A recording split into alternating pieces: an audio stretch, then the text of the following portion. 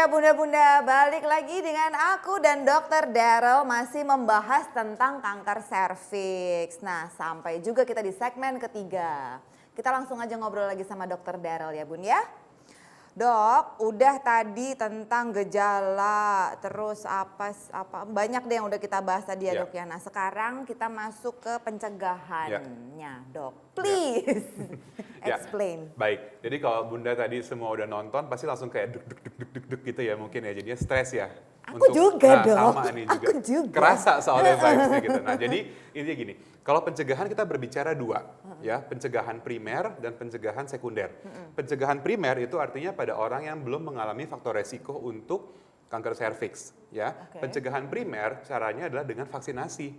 Vaksinasi untuk virus HPV tersebut, ya. Dan memang sekarang rekomendasi dari dokter anak, ya, dan juga mungkin sudah mulai pemerintah itu pada anak-anak usia sekolah. Pada gadis-gadis usia sekolah mungkin sekitar 11 sampai 13 tahun, 11 sampai 13. Ya, itu sudah masuk ke program untuk untuk vaksinasi HPV dengan harapan untuk mencegah terjadinya kanker serviks. Kemudian vaksinasi ini mungkin kayak sekarang kan baru programnya buat anak sekolah nih, banyak bunda mungkin yang nonton yang kok saya belum vaksin gitu kan. Nah, jadi kalau misalnya sudah pernah berhubungan seksual, tetap masih boleh untuk vaksinasi HPV. Ya, memang idealnya adalah sebelum kontak seksual pertama. Makanya pada gadis sekolah. Tapi kalau sudah pernah berhubungan seksual tidak masalah, masih tetap boleh vaksin HPV. Mungkin efektivitasnya tidak seefektif yang pada gadis sekolah itu, tapi tetap boleh dilakukan dengan catatan melakukan pap smear dulu sebelum vaksinasi. Jadi cari tahu dulu nih kira-kira ada apa-apa nggak nih? Sudah ada perubahan belum? Kalau misalnya oke, boleh dilanjutkan dengan vaksinasi. Oh gitu. Nah kalau seandainya dari pap smear itu terdeteksi sesuatu gitu dok, berarti vaksinnya nggak bisa dilaksanakan? Kalau misalnya pada pap smear ketahuan mungkin ada lesi yang awal ya, kalau pap smear itu kita bukan berbicara mendeteksi kanker. Kita pap smear itu nanti itu terkait dengan pencegahan sekunder. Pap smear itu kita mencari deteksi dini sel-sel yang tadi kita bicarakan, udah mulai ada yang aneh-aneh belum ya gitu. Jadi bentuk kelainannya masih dalam bentuk sel, masih hanya dilihat dengan mikroskop. Beda kalau cancer artinya sudah bisa dilihat dengan ada sesuatu yang tumbuh gitu kan. Nah dengan mikroskop ini kalau ketemunya yang awal, kita sebut lesi yang derajat rendah, tetap boleh divaksin. Kenapa? Karena dia juga bisa bantu meningkatkan kekebalan tubuh untuk menghilangkan si lesinya tersebut. Tapi kalau memang lesinya sudah derajat tinggi, ya memang tetap boleh vaksin, tapi harus ada tindakan lanjutan lagi untuk kita evaluasi lesinya tersebut. Nah terkait dengan pencegahan primer vaksin, ya lanjutnya kita pencegahan sekunder yaitu pap smear. Pap smear itu dianjurkan pada setiap perempuan yang sudah pernah berhubungan seksual. Ya, jadi sudah pernah ada kontak seksual, setiap perempuan wajib melakukan pap smear. Ya, ada yang panduan yang mengatakan sejak usia 25 tahun, ya, ada panduan yang mengatakan sejak 3 tahun setelah dia kontak seksual pertama. Misalnya pertama kali berhubungan seksual umur 20, maka mulai umur 23 atau 24 sudah mulai harus rutin melakukan pemeriksaan pap smear. Pap smear itu apa sih sebetulnya? Jadi dokter nanti akan dengan alat khusus, dia akan melihat kayak periksa dalam, melihat leher rahim tersebut, lalu cuman dioles aja, kayak diambil lendirnya. Lalu nanti akan diperiksakan ke laboratorium. Atau mungkin buat teman-teman di daerah, bila tidak ada fasilitas pap smear, ada program pemerintah dikatakan namanya IVA, inspeksi visual dengan asam asetat. Jadi bukannya diambil lendirnya, tapi dengan larutan cuka yang udah diatur khusus ya, konsentrasinya bukan cuka bakso ya. Udah larutan cuka khusus. Lucu ya Bu, dokternya. Itu dioleskan pada leher rahimnya, dilihat apakah ada kemungkinan perubahan ke arah ganas atau tidak. Jadi intinya dua-duanya boleh, IVA boleh, pap smear boleh ya. Mungkin buat teman-teman yang di kota besar, kita bisa lebih advance lagi pemeriksaannya dengan tes namanya tes HPV. Jadi tadi selain kita mencari selnya yang nakal tersebut yang mulai berubah, kita bisa cari ada nggak sih virus HPV resiko tingginya gitu dengan cara tes HPV. Masing-masing IVA, pap smear, tes HPV ada plus ada minusnya sendiri.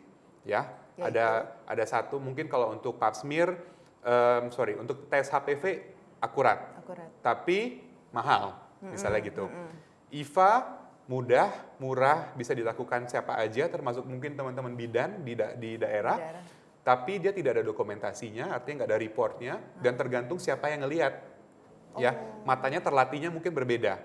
gitu. Kalau pap smear sensitivitasnya juga bagus 80%, tapi dia butuh pemeriksaan ke laboratorium. Iya. Jadi masing-masing ada plus minusnya sendiri yang perlu disesuaikan dengan fasilitas dan kemampuan teman-teman yang nonton ini gitu, ada di mana gitu. Beda kondisi di Jakarta sama dulu waktu saya di pedalaman saya bertugas, beda kondisinya gitu. Jadi tergantung settingan masing-masing. Oh gitu. Pernah dok tugas di pedalaman? Pernah. Sedalam apa? Di Lubuk Basung, tau nggak Lubuk Basung? Dari mana tuh? Sumatera Barat. 100 km dari Padang. Wow, pengabdiannya Gitu. luar biasa Jadi, ya jadi dokter. kita tahu bahwa kondisinya itu nggak bisa kita samaratakan standar di kota besar seperti Jakarta, mungkin Bandung, Surabaya dengan teman-temannya di daerah gitu. Jadi mau melakukan screening itu juga ada di program puskesmas untuk IVA tersebut. Jadi kalau misalnya nggak ada pap smear, nggak apa-apa teman-teman melakukan IVA ya. Tadi saya katakan sejak usia 25 tahun, 25 tahun. diulangi setiap 1 sampai 3 tahun, tergantung faktor resikonya ya. Biasanya sih kalau saya pribadi tiap tahun dulu beberapa tahun ya. Kalau udah negatif, boleh dia lebih jarang gitu. Oh, Tiap gitu. 3 tahun misalnya seperti itu. Oh gitu. Ada yang bilang 6 bulan sekali dok. Kalau memang misal resiko tinggi atau ditemukan ada kelainan mungkin bisa diulangi 6 bulan sekali. Oh gitu. Gitu Untuk ya. amannya ya. Untuk kita pastikan dia sudah clearance atau belum yang tadinya kita ketemu positif. Tapi kalau kita berbicara program rutin itu 1 sampai 3 tahun. Oh oke. Sekarang aku mau tanya nih dok. Tadi kan udah nih masalah pap smear-nya. Oh ya vaksin. Nah vaksin Ya. dulu nih. Vaksin itu untuk anak gadis berapa kali sih dok? Oke, biasanya orang-orang bilang vaksin HPV itu vaksin kanker serviks soalnya, tapi itu bukan nggak nyambung sih sebetulnya. Vaksinnya terhadap virusnya ya, bukan terhadap kankernya. Kalau pada anak gadis biasanya 2 kali pemberian, Oke. ya. Kalau pada orang dewasa 3 kali pemberian, ya. Sama-sama efektif dan kalau sudah vaksin tidak perlu diulang lagi. Jadi Oke. misalnya dulu udah pernah vaksin, udah selesai gitu ya, pas nanti sudah mulai berhubungan seksual gitu ya, misalnya sudah menikah, apakah perlu diulang vaksinnya? Tidak. Tapi meskipun sudah pernah vaksin, tetap harus melakukan pap smear, screening tadi ya. Jadi vaksin sama screening itu dua-duanya jalannya berbarengan. Bukannya gara-gara vaksin menjadi tidak usah pap smear itu salah gitu. Jadi dua-duanya berbarengan. Oh gitu. Dan kalau yang udah berumur ya kayak udah pernah melakukan hubungan seksual baru vaksin, Ya. itu harus sampai selesai ya dok. Nggak boleh yang cuman 1 kali, 2 kali, bisanya yang ketiga dia lost gitu. Percuma, sayang nanti. Soalnya vaksinnya mahal. Oh, Jadi kalau jadi harus misalnya ngulang lagi? harus ngulang lagi Oh, gitu. gitu. Biasanya minimum sih 2 sih. Tapi tetap kita anjurkan kalau pada dewasa itu 3 kali pemberian. Sesuai dengan aturan pakainya gitu. Nah, gitu ya Bun ya. Jadi jangan diputus kalau emang udah melakukan vaksin yang pertama, kedua selesaikan sampai yang ketiga. Nah, untuk Iya. anak gadisnya 2 kali Iya. gitu ya dok ya. Nah, sekarang nih aku mewakili bunda-bunda di rumah untuk menjaga kesehatan bagian kewanitaan. Sebenarnya aman nggak sih dok kalau kita tuh kan perempuan suka pakai cairan pembersih vagina Iya. gitu, terus panty liner, tisu. Ya, oke. Jadi intinya untuk secara umum ya, kita tidak hanya berbicara mengenai kanker serviks, memang kebersihan perlu dijaga ya, terutama misalnya sebelum dan sesudah berhubungan seksual ya atau berhubungan intim. Tapi kalau buat sehari-hari nih, yang penting dijaga kondisinya supaya dia tidak lembab. Ya, jadi misalnya penggunaan celana yang terlalu ketat ya, atau mungkin yang jadinya kerja seharian di lingkungan panas, atau mungkin mohon maaf teman-teman yang mungkin berat badannya berlebih jadi membuat suasana lembab di sana, pasti ada keluhan, misalnya keputihan, gatal ya. Kemudian untuk mencucinya sendiri cukup dengan air yang bersih atau air matang ya di bagian luarnya, atau misalnya pun mau pakai sabun, cukup sabun yang gentle ya, misalnya sabun bayi atau sabun yang soft lah ya ibaratnya ya. Tidak perlu sabun pembersih khusus, apalagi sabun yang mengandung antiseptik, mengandung povidone iodine misalnya ya. Kenapa? Karena vagina itu dia memiliki kuman yang baik. Ya, mungkin Mbak Rena pernah dengar ya ada kuman baik yang membuat suasana menjadi asam, pH-nya 3,5 sampai 4,5. Kalau kita terlalu agresif membersihkan, misalnya cebok sampai ke dalam, ya ada beberapa bahkan mungkin semprot bidet ke dalam. Jangan kaget, ada pasien yang kayak gitu. Disemprotin bidet ke dalam supaya dicuci bersih sampai ke dalam. Atau mungkin menggunakan yang antiseptik terus-terusan ya. Itu kuman baiknya bisa mati. Ya, kalau kuman baiknya mati, maka kuman yang patogen atau kuman yang jahatnya itu bisa tumbuhnya lebih banyak, menyebabkan keluhan, biasanya keputihan, ya, iritasi dan lain-lain. Jadi cukup dengan menjaga kebersihan, ya, jangan gunakan celana terlalu ketat, ya, celana dalam juga bahannya yang menyerap, ya.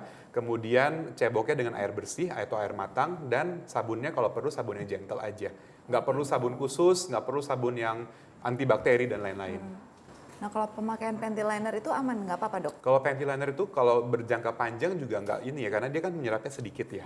Jadi tetap kalau memang misal lagi ada banyak cairan yang keluar, upayakan kalau misalnya pun pakai panty liner sering diganti. Lazim ganti. Gitu. Oke.